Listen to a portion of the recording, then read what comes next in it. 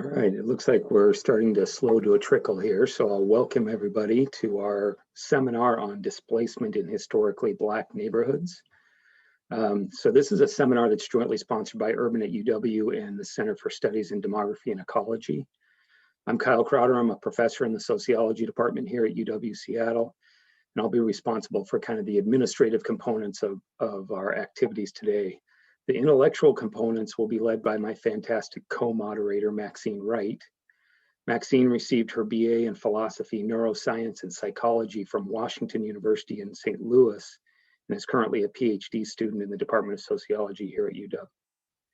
Her work focuses on the effects of neighborhood dynamics on mental health and the role of urban displacement in these effects. So given her broad knowledge in these areas, I know she'll have a lot of great contributions to the discussion today.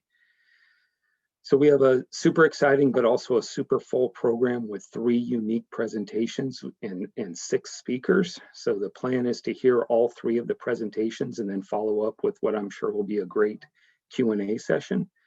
So I'll introduce the speakers at the start of their individual talks, and then we'll go from one talk to the next so that all of our speakers have an opportunity to present their work.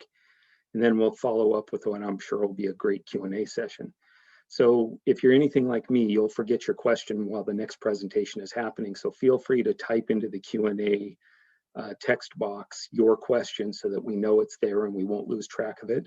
Or alternatively, if you have a question for any of the panelists, go ahead and just type your name in the Q&A and we'll unmute you so that you can ask that question verbally. So either one is fine today. So without further ado, let me introduce our first 2 speakers. Donald King is an architect, planner, and educator with over 50 years of professional experience. He's currently principal architect for Mimar Studio, a pre-development planning and design consultancy. He's also an affiliate professor of architecture in the College of Built Environments here at UW. Rachel Berney is an associate professor in urban design and planning at UW and a director of the master's program in urban planning. Rachel's research examines anti-displacement approaches for communities, how urban design can contribute to solutions for unsettled populations, and equitable development. She's a fellow of both Urban at UW and CSDE. So I'll turn it over to Donald and Rachel.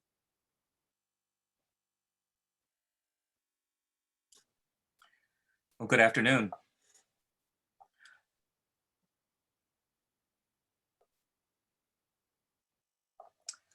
I'm Donald King, and with me is my instruction partner in the Nehemiah Studio, Dr. Rachel Berney. Wanted to talk to you a little bit today about, the Nehemiah Initiative and its relationship to the Nehemiah Studio here at the College of Built Environments. The Nehemiah Initiative is a faith-based development initiative in Seattle, and it works really to begin to repair some of the damage done by gentrification and the resultant displacement of the African-American community in the central city. Next. Okay, so those of you that know the issues of displacement in central Seattle, you know that rising values and taxes have really begun to force a number of longstanding residents that have been also the subject to previous issues and challenges in being able to continue to form and sustain community. Those being, the redlining issues, and previous to that, the segregation with racially restrictive zoning, and covenants for being able to purchase properties outside of central Seattle. Now that same population that has suffered those kinds of injustices are now seeing the increased pressure to sell and begin to leave the community. Part of that loss of the Black community began with individual homes, and then leading to businesses and now into institutions, including churches, where we've seen a fall in the percentage of population in just the Central District of the 1970s, 70% Black, and today it's really less than 14%. It's probably even closer to 10%. today. The projection was that it would be 14% by now. I would say by 2025, it'll be 10%. Churches are also some of those that are leaving the traditional African-American church. Within the past 10 years, we've lost a potential of 10 to 12 churches that have either closed or sold and closed, but most of them have moved out of Central Seattle. Those that remain are churches that have a land asset. They have property in these gentrified areas whose value has risen. But these churches, the 7 largest churches we estimate have about 7 acres of property in Central Seattle, worth, $65 to $70 million. But the churches are property rich and cash poor and have less knowledge on how to leverage that to their benefit. Many wind up selling property just to keep the church going and to go into operations, but not to really reinvest in what they do and looking at a new business model. And we'll talk about that in a minute. Next slide, please. So here's one of the things that we began doing with the Nehemiah Initiative, is taking an assessment and an inventory of what the traditional African-American churches have in Seattle. And this is a sort of a quick run through using the appraised values from King County tax assessor and looking at the total appraised values of 8 of some of the largest traditional Black churches in the city. This is I believe a 2017 figure at about 65,000. I'm sure that has escalated probably closer to 65 million. That has escalated closer to a 70 million figure in value of property. Next slide, please. I'll see if I can do that as well. Rachel, did you want to jump in here and talking about how the Nehemiah Initiative also basically found its way into the college, or I can complete this on the founding of the Nehemiah Initiative? Sure, I'd be happy to talk a little bit about this slide, and then Donald, I think we might switch back to you one more time before I wrap up with a couple studio slides. So, Donald is one of the founding members of the Nehemiah Initiative, and this is a collaboration of pastors and church communities in Seattle Central District. And it's called the Nehemiah Initiative because of the book of Nehemiah in the Bible. That focuses on the lessons learned in terms of regenerating community and thinking about innovation in terms of how communities are reborn and sustain themselves. And Donald and his founding partners have been meeting and working since 2018 in the community, but they've also been in partnership with the College of Built Environments on the UW campus since summer of 2019. And many of us have been working together on the college basically acting in service to the Nehemiah Initiative to help them think through ways to redevelop their own properties to sustain their goals of retaining people in the district, inviting people back who've left, and also inviting new people into the community. And so we've really been focused on a few things. These are some of the diagrams from last year's grad student studio. So we're really thinking about repurposing underused property, thinking about creative financial strategies to help build a range of affordability in terms of housing units. Also, different ways to support businesses, do affordable commercial, and also to think about, and this comes from Bishop Gary L. Tyson of Goodwill Missionary Baptist Church, how to be community churches rather than just churches that are in the community. So Donald, back to you. Yeah, so again, I've mentioned the term Black churches, a bit in describing what the Nehemiah Initiative is and who it's serving, and why are there Black churches. And this is a much longer story than we have time to talk about now, but as it's been said, the most segregated hour in America is at noon in church. Churches were segregated from the time of the enslavement of Black people. That tradition continued through the segregation eras of the history of the United States. So there are Black churches that are not 100% Black, but they are predominantly Black. And Black churches and Black property was one of the few areas where African Americans actually had control. It was one of the few places where, prior to a lot of social agencies, was the only social agency for African Americans, particularly those arriving during the Great Migration from the South into cities in the Northeast, Midwest, and the Northwest, as well as the rest of the West. It was the go-to place. So these churches matter because they are more than just religious institutions. They deliver more than just Sunday service. These institutions are part and parcel of the fabric of building communities in Black communities, and have been for over 100 years. In Seattle, it's been over 130 years for many of the largest African American churches. Before there were any social programs, before there was other places for political activity to occur, before there was places for civil rights activists to convene and plan, there was the Black church. These churches matter. Next slide, please. So on the idea that churches also were leaders in justice, equity, and in love, we adopted this philosophy of beloved community.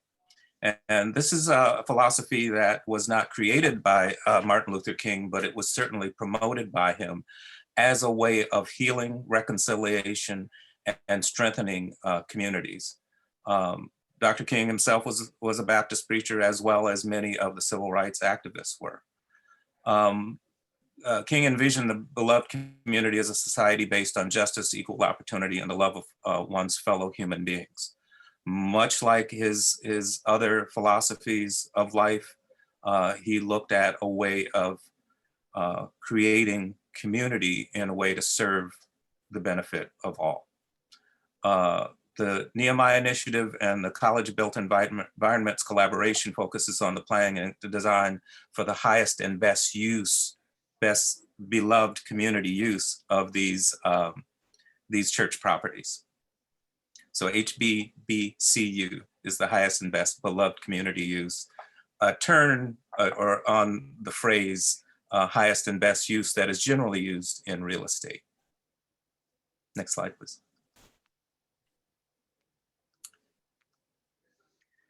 Okay, so I'm just going to talk briefly with our remaining minute or so about a couple of the collaborations that we're engaged in with the Nehemiah Initiative within the College of Built Environments here on the Seattle campus. The first is our interdisciplinary studio, and that is a course that Donald and I teach together with a faculty member from real estate, Al Levine. And we're actually engaged. We engaged with 3 church clients last autumn and presented them in the end with kind of proof of concept, creative ways of financing and thinking through the design and development for their properties. We're engaged with an additional 3 churches this autumn. 2 are in the Central District, and actually 1 is in Columbia City in South Seattle. And so this is an asset-based or asset-driven approach. And we are looking at near and longer term financial sustainability. And the class involves students from urban design and planning, landscape architecture, and real estate. So we develop a comprehensive conceptual scenario for each client. And these are meant to help the clients know what their opportunities are moving forward. And then they can take those projects forward as it makes sense to the church leadership and the congregations. In particular this year, we're really excited that we're getting the opportunity along with the city of Seattle to look at the density bonuses that might be possible for faith-based organizations. So we are currently exploring that. We also have a seminar that is co-taught with the studio, taught by our dean, Berney, on intercultural communication. And this is meant to aid communication within the multidisciplinary teams and also between the teams and the clients in the community. So I'm just gonna kind of jump through this. Please note, we encourage you to check out the website, nehemiahinitiativeseattle.org. You'll find information from multiple studios, as well as a downloadable studio book if you're interested in the material. This is some of the images from last year's interdisciplinary studio. Our final slide is also wanting to point out another studio that we do in the spring. This is led by Professor Brandon Bourne. This was run in conjunction with Dr. Mark Jones and with Donald King from the Nehemiah Initiative. And this is exploring the policy environment, housing opportunities, community engagement, and building interactive mapping and a historic timeline. And all of this is available on the website. Thank you. Thank you. That's fantastic. Thank you for sharing this project. I'm sure there'll be plenty of questions during the Q&A. Let's shift over to our second topic. Folks, again, feel free to type in your questions about the Nehemiah Institute in the Q&A box while we queue up the next presentation.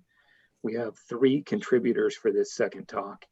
Lynn Manzo is a professor in the College of Built Environments and adjunct professor in the School of Social Work here at UW-Seattle.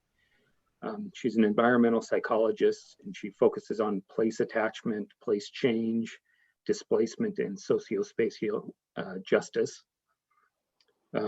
Kristen McCowan is a doctoral candidate in the School of Social Work, one of my former students. Proud to see her here. Kristen is a critical youth development practitioner whose research centers on the experiences of marginalized youth and communities as they contend with ongoing consequences of social inequalities. And Inye Wokoma is a journalist, filmmaker, and visual artist who explores the intersections of our political economies and shared histories through the lens of personal narratives rooted in Seattle's Central District, the neighborhood he grew up in. So Lynn, Kristen, and Inye are here to present their work entitled The Politics of Belonging, the Experience of Place and Anti-Displacement Strategizing. So I'll turn it over to them. Thanks, Kyle. Can you see my screen? Yes, looks great. Great, thank you, thanks. Well, good afternoon, everyone, and thanks to each one of you for taking the time to join us today. I'm honored to be here and to co-present with my colleagues Inye and Kristen in this collaborative, community-driven research project and organizing project. This is part of a larger community organizing initiative called Case 21, which Inye will be describing in more detail shortly. This research specifically examines the assets, the needs and challenges of Black homeowners and cultural workers, that is, artists and arts administrators, to help support their ability to maintain a foothold not only in the city at large, but specifically in the Central District, which, as most of you know, has enjoyed a rich history in the Black community. I joined the project last spring through a West Coast Poverty Center seed grant that I co-authored with Inye.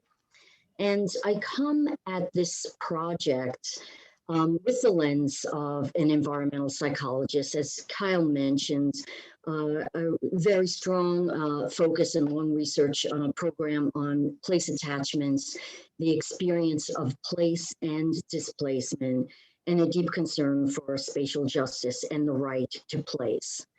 So we're framing this presentation in terms of the politics of belonging, because place matters, emotional bonds to place matter, and belonging, while being a subjective lived experience of place, is also collective, and therefore belonging is a political project.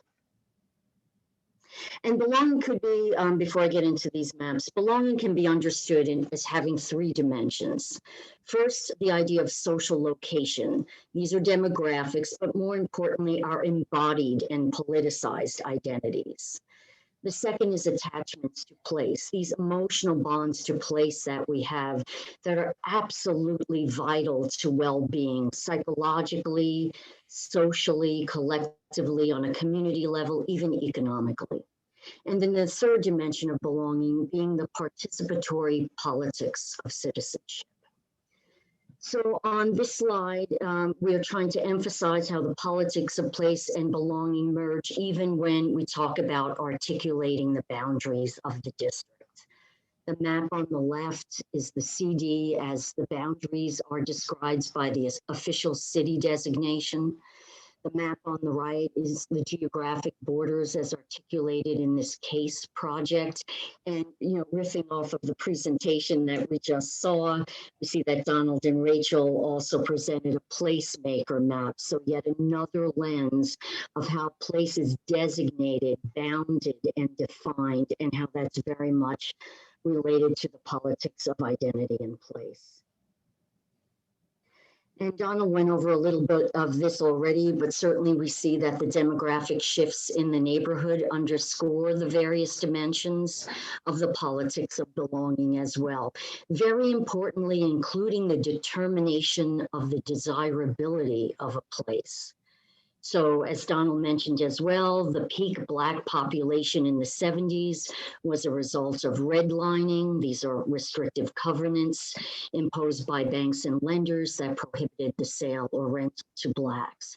Now we see for many years now the exponential growth and development pressures in the city, and we see the revalorization of the neighborhood as it is being so-called discovered by whites.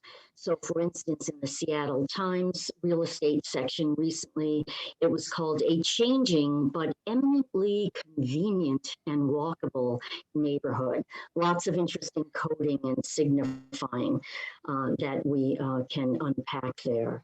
The graph on the right shows the projections that Donald was also mentioning from the Nielsen statistics. And it's argued that if this projection stays on the same trajectory as we've been going, the Black share of the population will shrink by about 1% per year, which means, in fact, that in 5 years, by 2025, the CD would be less than 10% Black. So hence the focus on learning more about the needs of Black community members to organize, to find strategies and advocate for policies to fight displacement. So with that, I'll hand the remote over to you and Inye, and you should be able to proceed. Okay. Let's take a moment and see if I see when the slide starts to move forward. Not yet. Not yet. Do you still have control on your end, Lynn? I don't. I can seize it back in Yeah, advance slides. Can you let's just do that. Of course. Yeah, just let me know. All right. Yeah, go ahead and you can as soon as you get it, you can start. Okay, great. So I am one of the co-founders of Wanawari. Our tagline at Wanawari is the house that fights displacement with art. Wanawari was founded by myself and 3 other friends and professional colleagues, Elizabeth Johnson, Rachel Kessler, and Jill Freeberg back in April of 2019. And we started Wanawari basically out of my personal experience and out of a personal need related to saving a home that has been in the family since the 1950s. And so the house, of course, is the home that Wanawari is located in. At the time, I was my grandmother's estate guardian and had to figure out how to both balance her finances and prevent the sale of the last 2 homes that were owned by my grandparents. And so Wanawari was a social practice art project that opened up the space to the community in the service of art shows and other cultural gatherings, thereby creating a sense of value that we hoped would generate the kind of interest and revenue that would allow for us to continue to pay rent and prevent the sale of the home. And so we did achieve that goal. However, in doing so, we ran up can you advance the slide, Lynn? In doing so, we ran up against a number of things that we did not account for, primarily, what it means to run a community space in a home that's zoned single family residential. As you can see here, here are a list of things that we do in the home, all of which are not sanctioned by the city Department of Construction and Inspections and the zoning designation for the home. And so as we endeavor to change the zoning for the home, we realized how high the burden is for matriculating that process, and realizing that if our project was at all to be a valuable demonstration model for what other Black homeowners could do, we would actually have to address a lot of policy issues around zoning, around building codes, around the bureaucratic process, around access to financing, and so on and so forth. And so in service of doing that, we imagined and launched a project called Case 21. Can you advance the slide, Lynn? So Case 21 stands for the Cultural Area Central the Central Area Cultural Ecosystem for the 21st Century. And so our work with Case 21 is an organizing project that is designed to build community capacity around land use issues to address the policy barriers for projects like Wanawari. So that's our long-term goal. In the short term, we're starting with a comprehensive community survey of Black homeowners and cultural workers to assess their needs, priorities, and visions for their properties. We'd like to take the results of that survey and be able to issue a report on the state of Black homeownership and cultural spaces in the neighborhood, both as a way of informing our community about where we are, but also as a way of leveraging the information that we gather for our policy work. And also we want to be able to do that, to build the kind of confidence and focus in community to advance, to both imagine new policy frameworks and advance them on the city, county, and state level. And so, doing that work required us, one, to partner with folks like Lynn, but also to partner with folks like Kristen McCowan to imagine what a community survey can look like, to begin to build a survey tool, and think about, what are the best ways to implement that in the community. And so I'd like to pass that over to Kristen, and she can talk about what that looks like. Thank you, Inye. So I'm going to speak a little bit about the process of researching and developing the community survey. First, we began with some stakeholder engagement. Like any sort of community engaged project, we really want to understand how sort of organizations in the area that have a stake in sort of maintaining Black culture in the Central District, we really want to gauge their thoughts and use some of that to guide the direction of our survey. So you'll see logos from various organizations that we connected with early on to begin to develop this survey. Next slide. So we took a phased approach to developing this survey. So there's a lot that we want to accomplish, obviously, in this work. To begin, phase one, we really sort of wanted to focus on understanding the current experiences among Black homeowners. So things like residency, their current homeownership experiences. We also wanted to know a little bit about sort of policy literacy, the extent to which folks are aware and understand how policy is affecting their ability to use their space. And so we also wanted to understand some sociocultural experiences from the outset.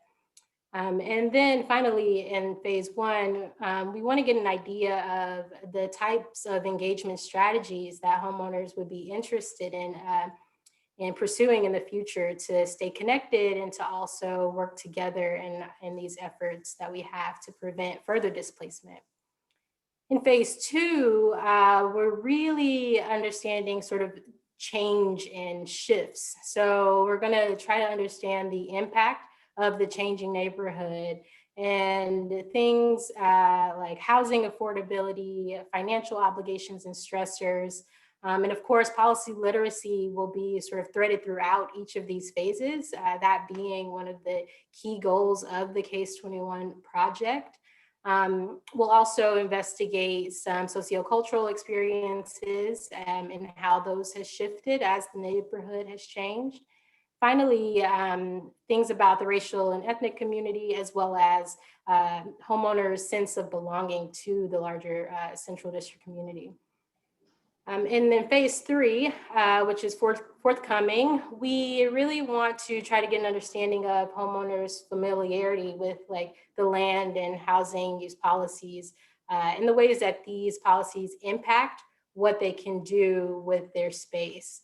And the phase will really work to advance some policy education and advocacy efforts by incorporating a series of policy clinics for Black homeowners in the CD to attend. Next slide.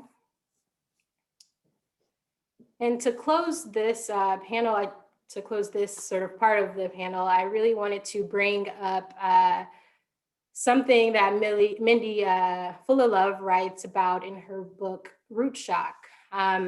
I really see the efforts of Wanawari and the Case 21 project is very closely related to this idea of milieu therapy, which is described as working through the creation of healing spaces for an environment to lift the spirit, whereby attention must be focused on opportunities for relatedness. And I really see that as the core of what Wanawari is doing and what this Case 21 project can do for Black homeowners in the Central District. So thank you. That's fantastic. It's a big project, and so I appreciate you presenting it efficiently. It's great. I'm sure there'll be more in the conversation around this.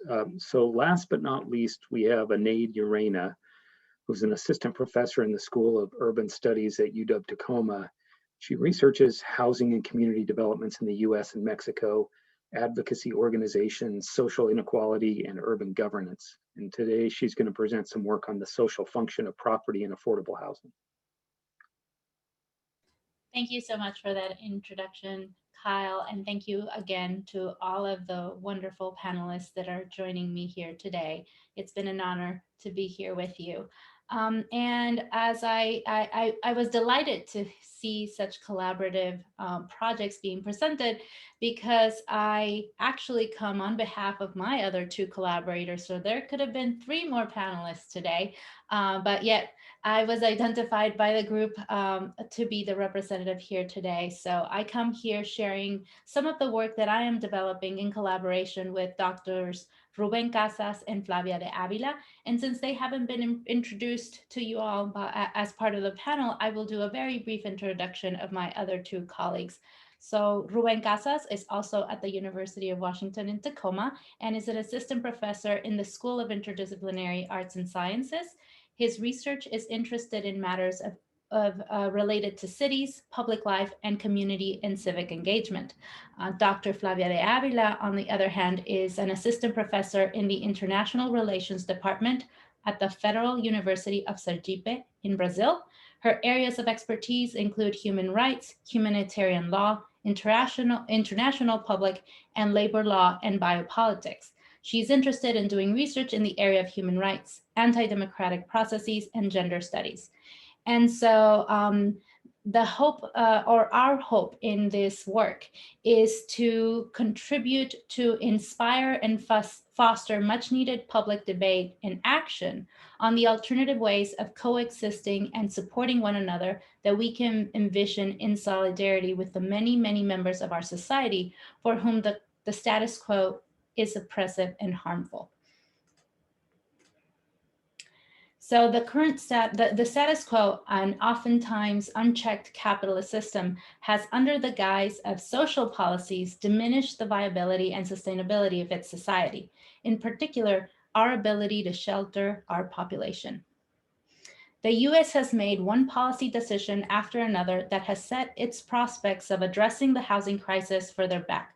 These decisions range from systematically reducing its public housing stock to overly relying on private investors for the production of any affordable housing. And then finally, maintaining an almost flat and minuscule budget allocation for the US Department of Housing and Urban Development in relation to the total federal budget for the last 40 years. On top of these woefully insufficient policy approaches that are additional barriers to the creation of more much needed affordable housing, rampant racism, elitism, and individualism, arguably pillars of the United States' current economic and legal systems, these political and cultural trends, coupled with increased housing costs that do not keep pace with wages, growing income, inequality, and insufficient housing production, particularly that available or affordable to middle and low income residents, have exacerbated households' ability to shelter and or remain sheltered. The hope we bring today is in proposing that we reevaluate our legal framework and the function we ascribe to property in our society. Property can have a true social function to be used as shelter for the many in need. What we are proposing is that we routinely ask, 1, when a property sits derelict and vacant, what is the role it is serving? 2, when a parcel of land remains vacant and undeveloped, whose needs is it meeting? Now, to go into presenting the seed of this alternative we bring to you today. The way the Fifth Amendment of the US Constitution is currently interpreted prevents the government from creating the type of public housing policies we need to fully address the widespread housing affordability crisis we are experiencing today. For almost 250 years, this legal device has contributed to the country's current economic, social, and environmental crises. As part of this amendment, the Takings Clause, which limits the power of eminent domain, applies a restrictive definition of public use. This definition of public use disregards the social function that property can or should have as the rationale for repurposing property.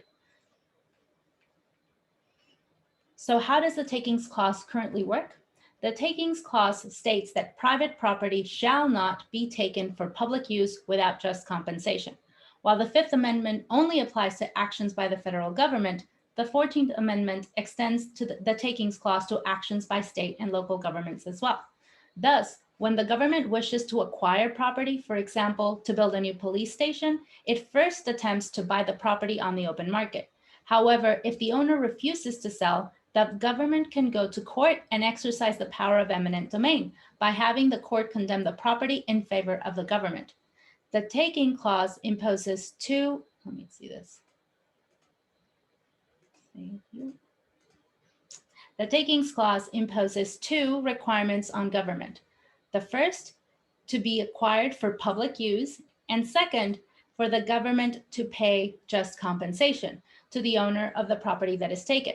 The Supreme Court has long construed the term public use to include not only cases in which the public can arguably use the property, for example, a public road, but also cases in which the property is not literally used by the public, but the use of the property will serve a public purpose, such as a redevelopment of a blighted area. So how can decision makers argue that providing shelter is serving a public purpose, which is the argument that we're trying to make?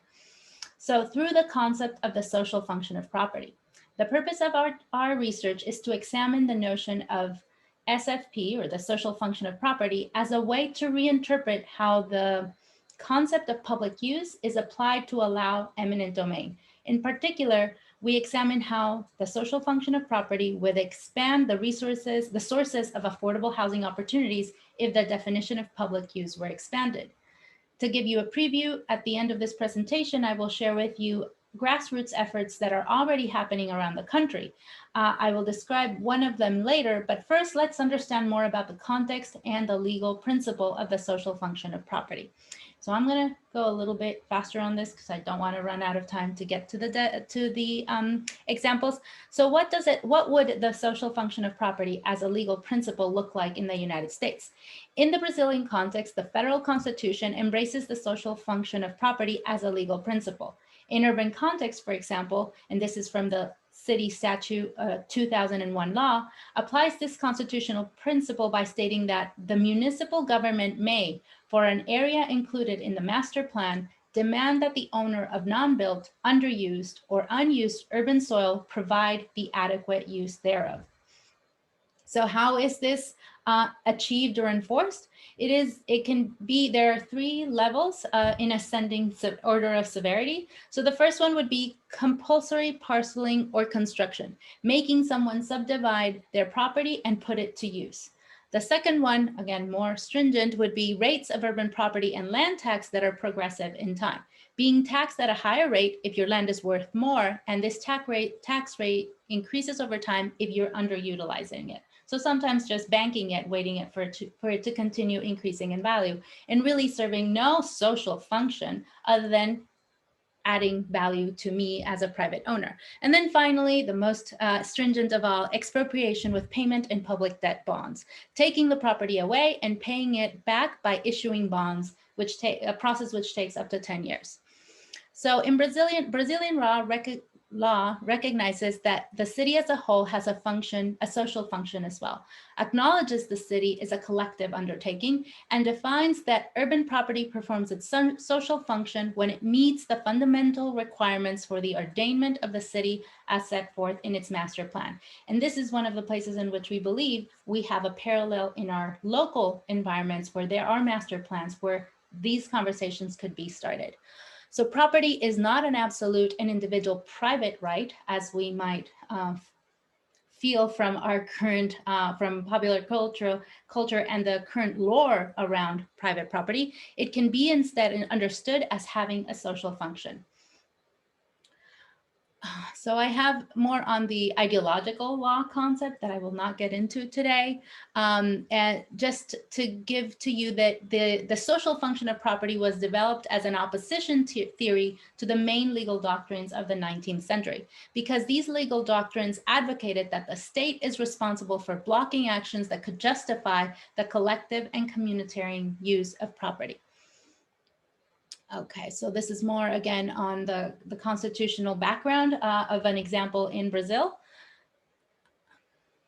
That I already presented a little bit more about the city statute of 2001, and then we get to an example here in the city of Tacoma. So there are already conversations of a 1920s Tacoma tower with a bank vault to be repurposed and now renovated for housing. And while this decision and this action, this project is not supported by something like having a master plan that includes the social function of property as a rationale to take action on derelict and underutilized properties, we argue that this is the type of example that we're referring to, that rather than allow it to be turned into luxury condos or just maybe some level of affordable housing, these types of properties could be put to serve a social function.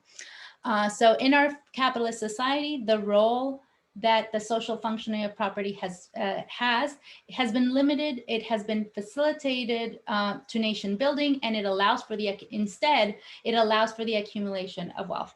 And there are more arguments behind this statement that I will not get into today. So I come back to the example that I mentioned earlier. So this happened earlier this year, actually late last year, early this year, in the United States as part of a coordinated grassroots effort that appeared in response to the housing emergency. This happened in Oakland, a city twice the size of Tacoma that is historically progressive, the locus of the Black Panther Party, and like Tacoma, home to a richly multicultural working class. So it seemed natural to wonder whether an extended act of civil disobedience by a group of Black mothers could inspire change, community control of land, the redefinition of private property through cooperatives and land trusts, and a constitutional right to housing. So the group, composed of African-American women who call themselves Moms for Housing, announced their occupation of a long empty home on Magnolia Street. The home was owned by a corporate speculator, and as they occupied the home, they declared that housing is a human right and that they were using that right. They transformed the neglected Magnolia property into a home nicknamed Mom's House. Then they went a step further. They ignited a blaze of activism that promised to alter power relations in Oakland's real estate market. And so I go on. Can I do a time check? Because my timer is not here. How far off am I? You're doing okay. You've got a couple more minutes. Okay. The developer tried to evict the moms in early December of last year, but their attorney obtained a stay. In the meantime, the Oakland Community Land Trust, which, like other land trusts and cooperatives around the country, aims to take properties off the speculative market and make them permanently affordable, offered to buy the house and either sell it or rent it back to the moms. And the developer responded by saying that it would not negotiate with squatters who committed a break-in and theft. The following month, in January 10th of 2020, a judge ordered the moms and the children to quit the property within 5 days. And so around 5 a.m. on January 14th, Magnolia Street overrun, not only by a throng of supporters, thanks to text organizing amongst the mothers and their supporters, made sure that there was presence there when a ballistic vehicle and sheriff's vans from Alameda County showed up dressed in fatigues and helmet and wielded machine guns to effectively evict the moms from the house. Everyone inside was arrested. Alameda County declined to pursue criminal charges against the moms and their allies, but the sheriff's office has refused to apologize for its show of force. So as Oaklanders process the shock of the eviction, calls for accountability spread, and California Governor Newsom pressured the developer to make a deal. And on Martin Luther King Jr.'s Day this year, all parties announced that the company had agreed to negotiate with the land trust. The land trust, using a mix of public and private funds, would purchase the property, then lease it back to one or more of the moms with the promise of keeping it affordable in perpetuity. So as we hope we've made the argument, in the example of the redevelopment of Washington Tower, these questions hit close to home. Before us, we have an opportunity to consider how property has been valued and made to function in our city and region, and for whom it's made to work. The current pandemic COVID-19 moment has magnified the structural problems within our society and all kinds of violence suffered by people through the stay-at-home policy orders because they don't have a home to stay in or their current housing situation are untenable. And now this is now more evident than ever. It's a moment to reflect and rethink our society's paradigms. This pandemic presents a new context in which actions will take place. Undeniably, this new reality has allowed us to demonstrate to ourselves that there are alternative ways of coexisting and supporting one another. Incorporating the social function of property in our decision-making is one way we can do just that. Again, thank you for your time.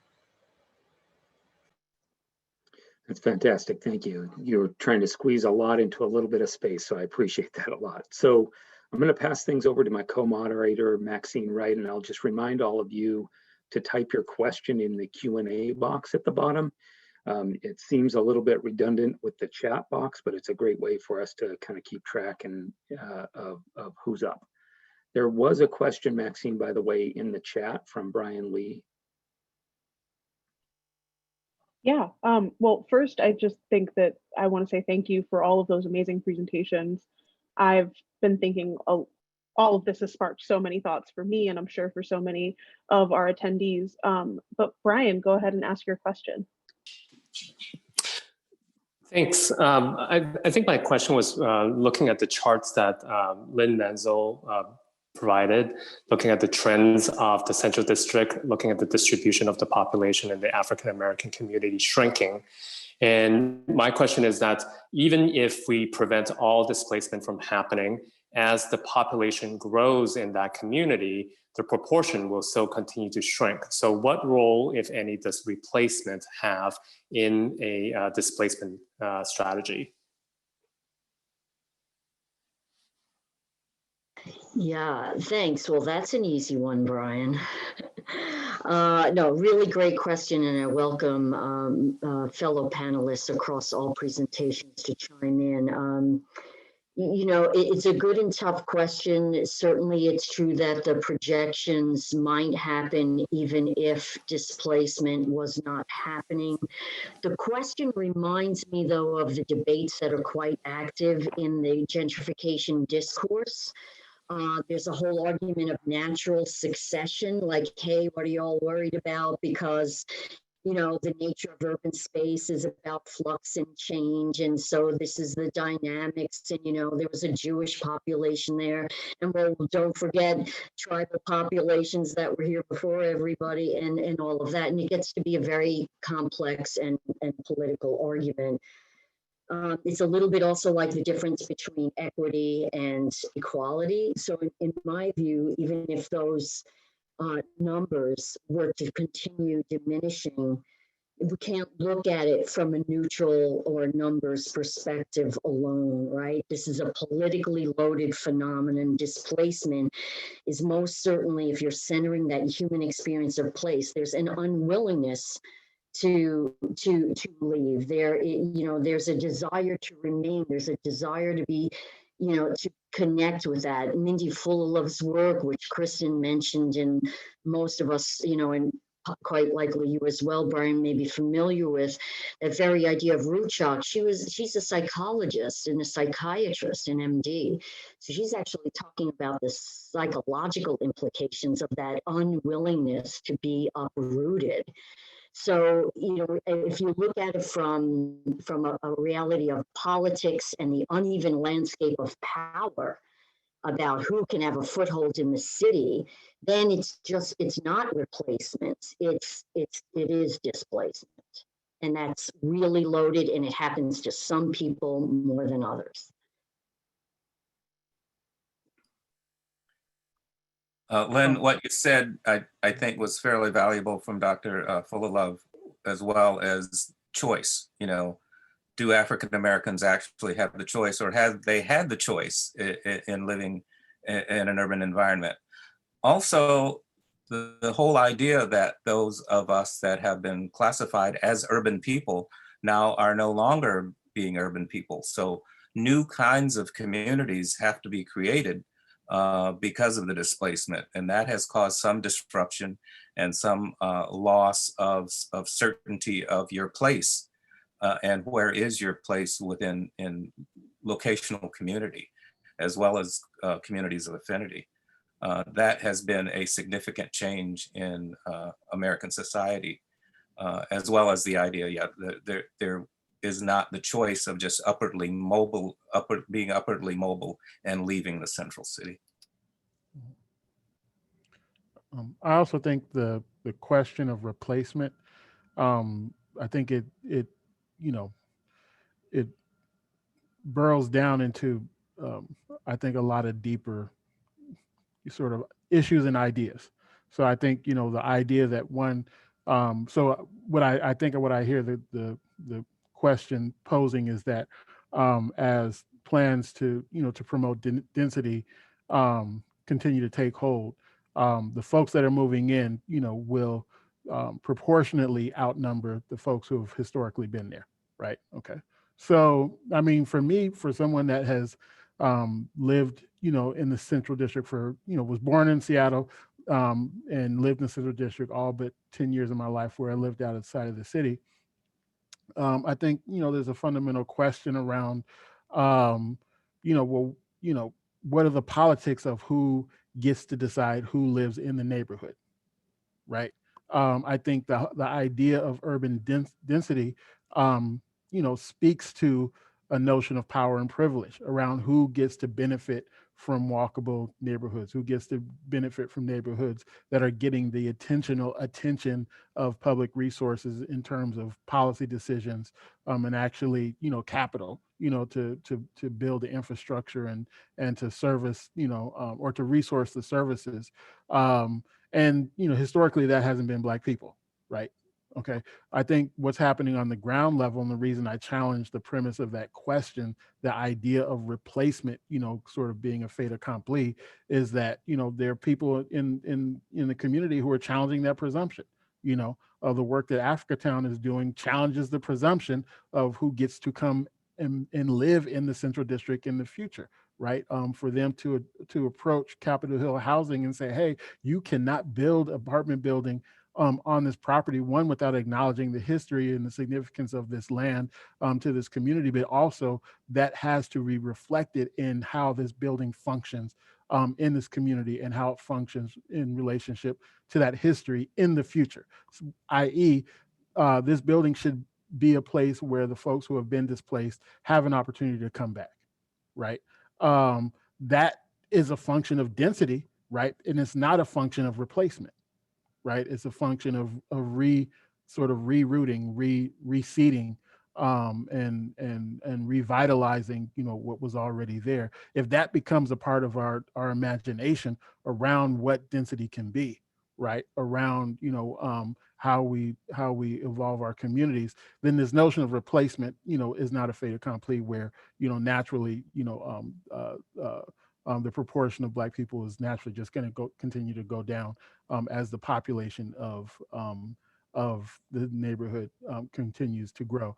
I think, the last presenter who talked about the social function of land, and which basically is a values lens around how land should be used, and where do those values come from? Who gets to determine, what the value set is, the framework for making those choices? And I think what happened in Oakland is a prime example of the community saying, we have a set of values. We're going to advocate. We're going to use all of our tools to advocate for those values, being at the center of this conversation and changing the framework of what naturally happens. Everybody from the sheriff's department to the mayor's office was operating on a set of values that prioritizes the property as a commodity, that is being leveraged by people who have the most money and the most political connections to make the choices. And I think those are the types of things that at Wanawari, we're challenging those presumptions from the ground up. So I think that question to me forces us to go back to square one and ask some really fundamental questions about how these systems and how these trends work.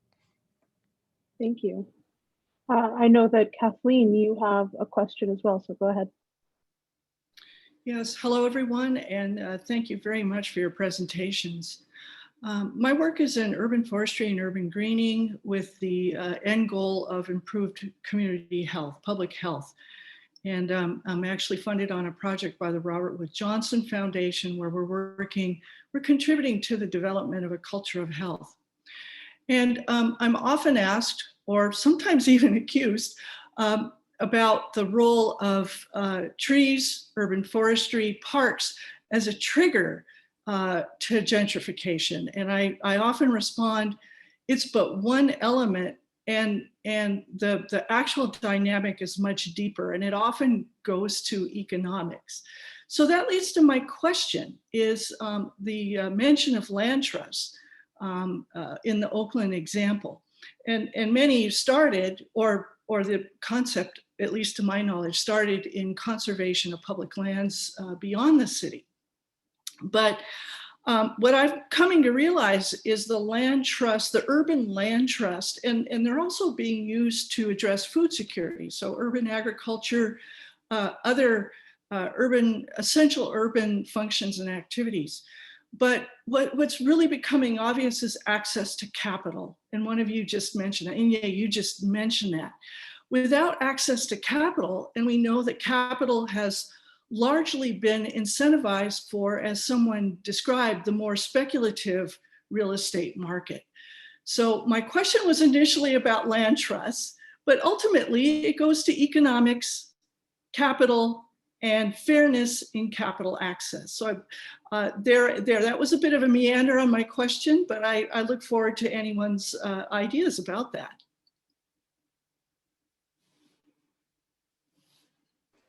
So the one thing I'd add to what you were sharing is this notion that connecting to what Inye pointed out, starting the legal conversation with a reassessing the value conversation that informs the legal principles that we're acting or that we're organizing our society around makes the difference. And so as far as identifying the capital, well, I see it's maybe before we move into the capital, an antecedent to that is identifying the legal principles that we're using, because then we could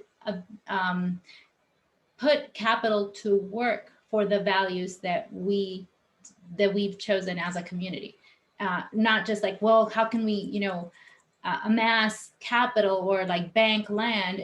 That can be it is necessary. It's a short-term benefit because it will never be enough. I think of it that way. It's like there'll never be enough land to house all of the individuals that are shelter poor that get pushed out of the by the speculative actions. And so as I was thinking through this before, I was like, well, what could we address before we get to that point of trying to put band-aids on the problem? It's like, well, it's more at the core. And then this is a way of obtaining and putting that capital to work for society and not just a few. I would say that another way to look at this is to really reimagine capital. We often think of capital as coming from the outside, as if it's not something that communities of color have themselves. We are tremendous spenders and consumers with the capital that we have. We can convert that to being investors as well and producers. There needs to be a change in the mindset about what power we have. And we do have the power to amass capital ourselves and to invest in ourselves. So neighbors investing in neighbors is one way to look at also amassing property, investing in property, and holding and developing property in the ways that we choose to do.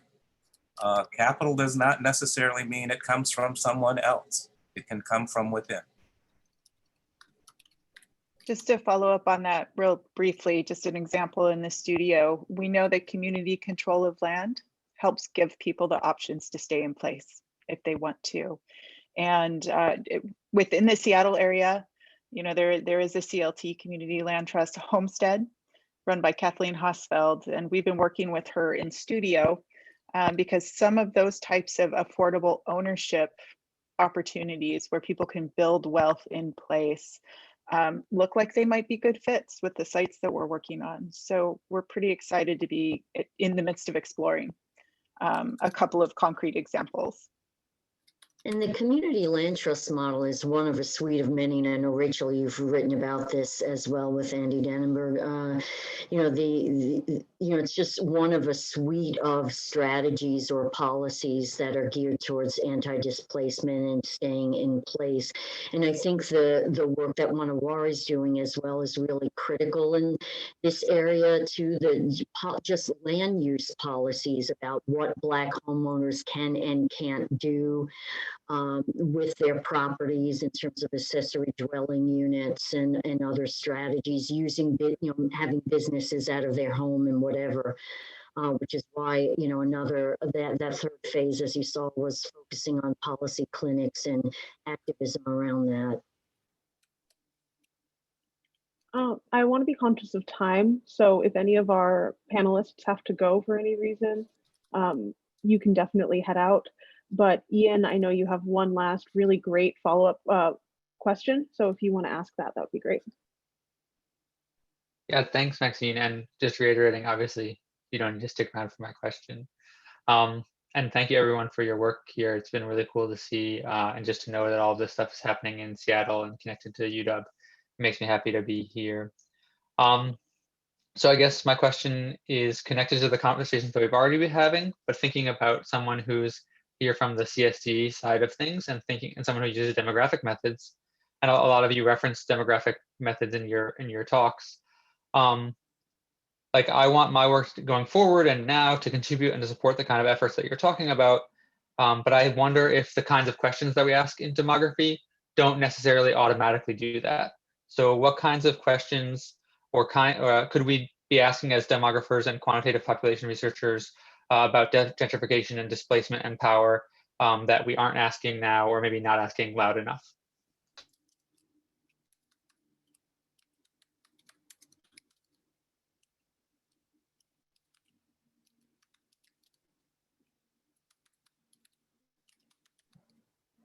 Crickets. It's a tough question, Ian. It really is. So I'm going to put my neck on the chopping block. Well, one of the sort of easier and maybe more superficial answers to some degree would be the value of mixed methods. But I think you're spot on with the idea of it being what kinds of questions, because there's nothing inherent or doesn't have to be inherently problematic in quantitative research. I know there's, debates about, epistemological debates about what's valid knowledge and all of this, and and quantification gets blended into that, but I do think you're spot on that it has to do with the kinds of questions that are asked, and there's ways to acknowledge and blend in power dynamics still in that kind of research. And I think the Wanawari project, the Case 21 project, is a good example of that, because it's a pretty large quantitative survey. We will also follow up, but it has to do with the kinds of questions and who the sample is targeting, who's getting the voice to provide the data, and then having that thread from the big picture number view, and then that anchoring down into some qualitative perceptual experience of the neighborhood change kind of data. I think just to add a small piece to that,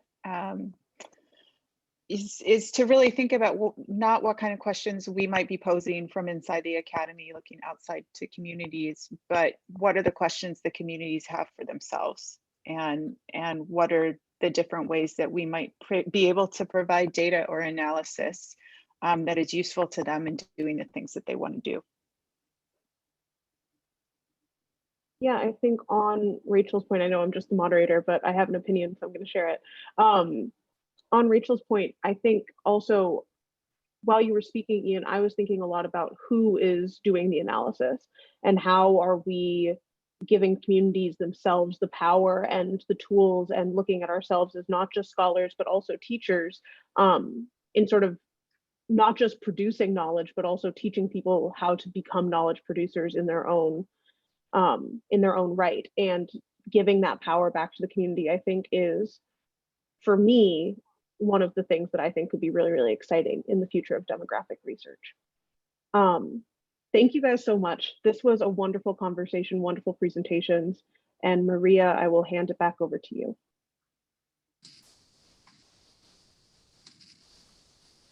So I'll just say thank you again. It was so nice to hear from all of you, and thanks to all of our attendees and to Kyle and Maxine for hosting. We really appreciate it. So take care, everyone. Thank you, panelists. Thanks, everyone. Thanks so much. Have a good weekend.